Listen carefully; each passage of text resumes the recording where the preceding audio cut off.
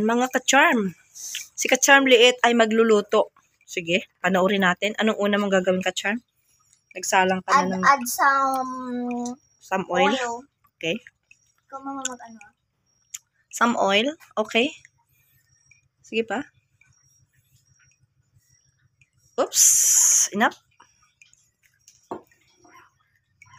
And then, she put garlic. Yan. Hiwit natin yan. Maging golden siya. Golden brown dapat yan. And then, okay. Then, onion. Ano kaya itong lulutuin niya, At, ano pang ilalagay mo? Sige.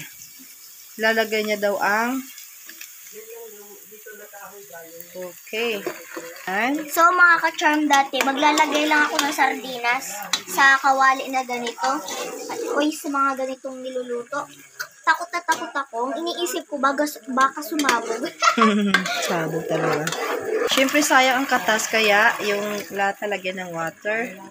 So, ayan, nag-add tayo ng water. Hintayin natin kumulo.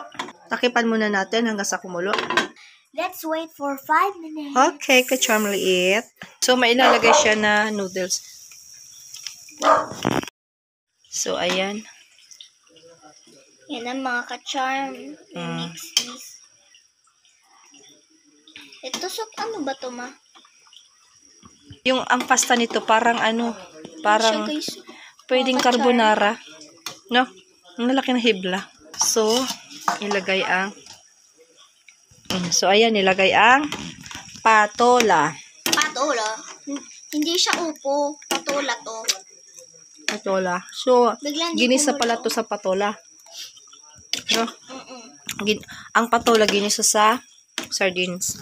So, hayaan niya munang takipan mo muna yan. Wait. Okay. Lagyan mo ng... So, ayan, nilagyan niya muna ng asin. So, ayan, add paminta. Ayan. Mix well, guys. Mga ka-charm pala, hindi guys. So,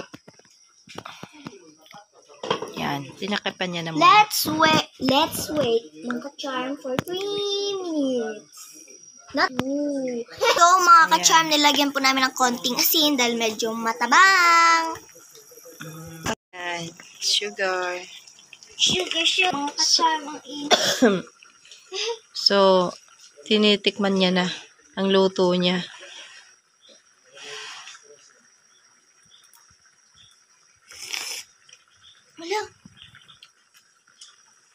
Wala mga ka-charm.